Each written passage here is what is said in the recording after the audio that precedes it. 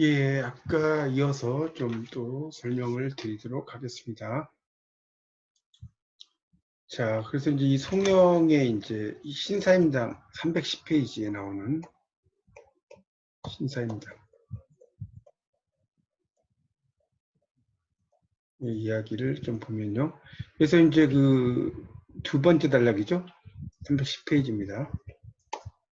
이 작품의 중심적인 사건은 신사임당이 남편 이원수를 학문적으로 대성시키기 위해서 10년 동안 별거하기로 약속을 해요. 그래서 이루어지는 과정.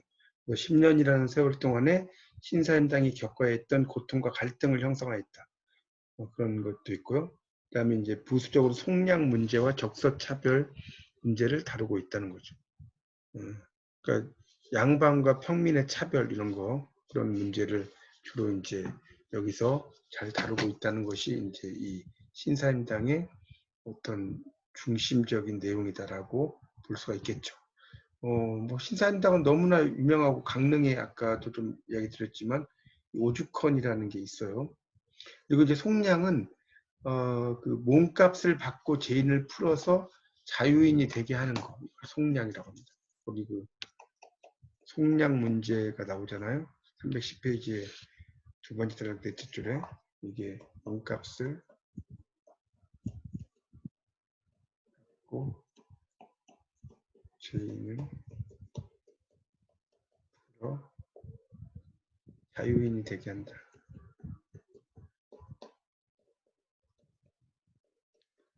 이걸 이제 속량이라고 이야기합니다. 그래서 이제 신사임당이 10년의 세월 동안 강릉, 서울, 강릉을 배경으로 펼쳐지는 산막극이라고 나왔죠.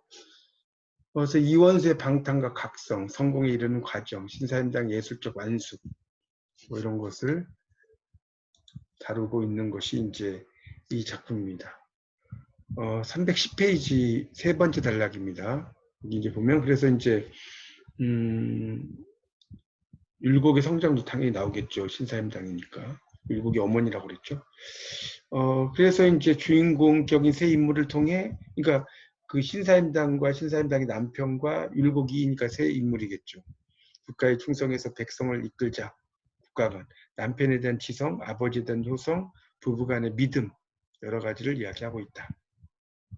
자, 그 다음에 이막의 사건 내용에는 방랑신 김삿갓, 아까 이제 김삿갓이 김병현이라고 했는데, 이것도 이제 엄밀히 말하면 김삿갓이 김병현은 일 수도 있지만 아닐 수도 있어요. 왜냐하면 삿갓을 쓰고 다니는 사람이 그 당시에 많이 있었어요.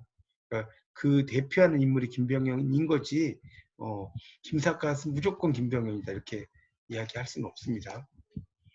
하여튼 이 방랑신 김삿갓에서 사용된 인물과 에피소드가 차용이라는 것은 빌려 쓴다는 거예요. 빌차자에 쓸 용자거든요. 차용. 되어 있다. 그래서 양반 계층의 부정부패상과 매간매직의 실상을 고발하려고 했다. 다음 단락이 그래서 이제 신사임당에서 인물의 형성하는 대조를 통해 이루어진 특징이 있다라는 것이 나오고 있습니다. 그 밑에 있는 건 여러분이 한번 읽어보시면 될 것 같고요.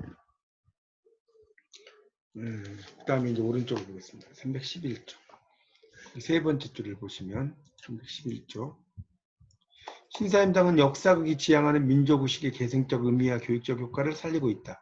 멜로드라마라고 이야기하는데 이 멜로라는 말 자체가 이게 그 음악이라는 뜻이에요. 음악. 뮤직이죠. 뮤직. 멜로드라마에서 이런 음악이 나오죠. 슬픈 음악이. 그래서 이제 교육적 효과. 자, 송영 희곡의 의의가 이제 나오죠. 이건 이제 1, 2, 3으로 할 수 있는데 카프 활동가 풍자희극.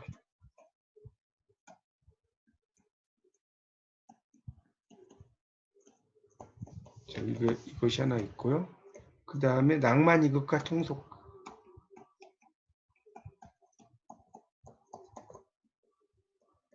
그 다음에 역사극. 이렇게 이제 크게 세 가지로 나눠질 수가 있겠습니다.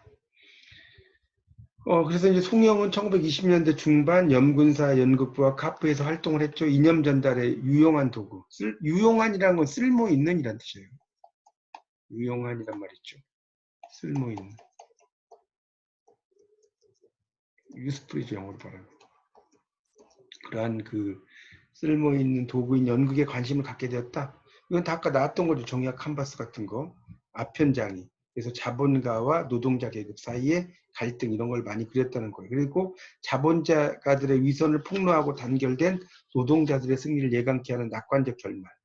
그런데 이제 일제 탄압에 의해서 이제 그 어려움을 느꼈죠. 그래서 이제 풍자 희극을 대안으로 내세운 거예요. 가포의 문예 대중화 노선과 부합하는 것으로 부산 대중에게 쉽게 접근한다는 거죠. 그런 것들. 그래서 이제 연극의 사회적 교시적 기능이 나왔는데 이 교시적 기능이라는 것은 일종의 이제 가르친다는 뜻이에요. 가르치는 기능이라고 보시면 됩니다. 교시라 가르쳐서 보여준다는 거거든요.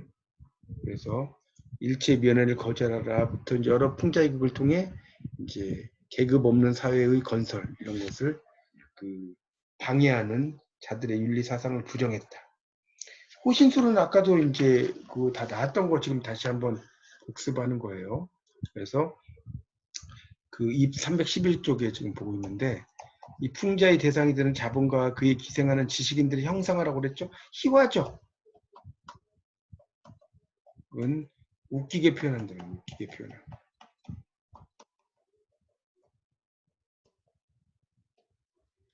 그로 이제 이루어진 카프의 작품. 호신술을 비롯한 일련의, 그러니까 일련이라는 거는 이렇게 한자로 이렇게 써요.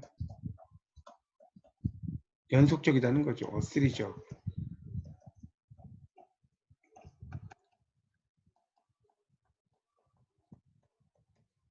일련의 풍자희극은 부도덕한 자본계급을 조롱한다. 풍자희극의 효과를 거둔다. 그리고 부정적 인물 사이에 대화를 통해 노동자의 단합을 그려주고 있다. 그래서 송영은 1934년의 마지막 주 신건설 사건 등의 정치적인 압력, 궁핍했던 경제적 넘겨보세요. 사정 때문에 현실 비판적인 풍자희극에서 현실 타협적인 낭만희극과 대중영합적인 통속희극으로 이제 스타일을 바꾼다고 나옵니다.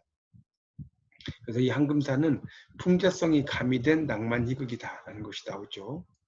그래서 이제 희극성을 지닌 수작. 수작은 이제 빼어난 작품이라는 뜻이에요. 여기 수작이라는 말은. 거기 312쪽에 셋째 줄 나오는데 한자로 쓰면 이렇게 쓰죠. 빼어날 숫자의 지를 작자. 빼어난 작품이다. 그런 것이고 황금산에서는 송영은 세 딸을 전략적으로 이용해서 불합리한 세계에서 혼자만 잘 살아보겠다는 이기주의자의 성격, 이문호. 그 다음에 이제 대중영합적인 상업극을 발표하던 현실을 그려낸 작품들도 있었다는 거예요. 그 다음에 아까 역사소설은 했었죠. 역사극. 박낭신, 김사과, 신사입니다. 그리고 이제 박낭신, 김사과 씨 아까 김병현이라고 했는데 반드시 김병현만 있는 건 아니라고 그랬어요. 썩어 빠진 봉건 양반층을 풍자했다. 그리고 신사임당을 통해서 전통적인 윤리의식을 그려냈다. 이런 얘기 나오고요. 그 다음 단락에 그래서 이제 30년대에 발표된 작품이 사실주의적인 무대보다는 희극적인 무대가 잘 어울렸다. 왜냐면 이 사실주의적인 걸 하다 보니까 검열에 걸린다고 했잖아요. 그러니까 이 희극적인 코믹한 분들이 나오는 거죠. 풍자극을 통해 부정적인 물, 그가 지배하는 사회를 크게 표현하는 재주를 가지고 있었다. 하지만 결말부에서 갑자기 바뀌는 거예요. 사건을 해결하는 거. 지나칠 정도로 쉽게 안이하게 낙관적인 전망. 이런 게 이제 결함이라는 거예요. 그리고 마지막에 그는 봉건 세력과 지배계층을 비판하던 전통극의 풍자 정신을 현대적으로 계승했다. 그러니까 소설로 말하면 최만식이라고 그랬죠. 그래서 풍자희극을 도입한 작가로 이제 평가받을 수 있는 근거다. 이 마지막 단락은 전체 네모를 쳐놓으세요. 그래서 이제 인중과 맥이 다 있다. 자, 313쪽은 의학이고요. 314쪽을 넘겨보세요. 자, 두 개의 문제가 나옵니다.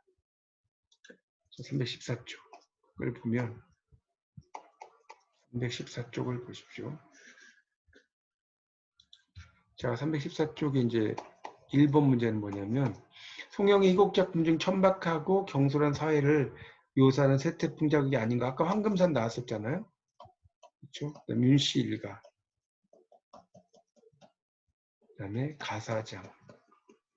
여기 나오는데 이 황혼이라는 작품이 있는데 이거는 이제 그런 어떤 세태를 풍자하는 그런 그 작품이라고 할 수가 없다. 이렇게 정리할 수가 있겠고요.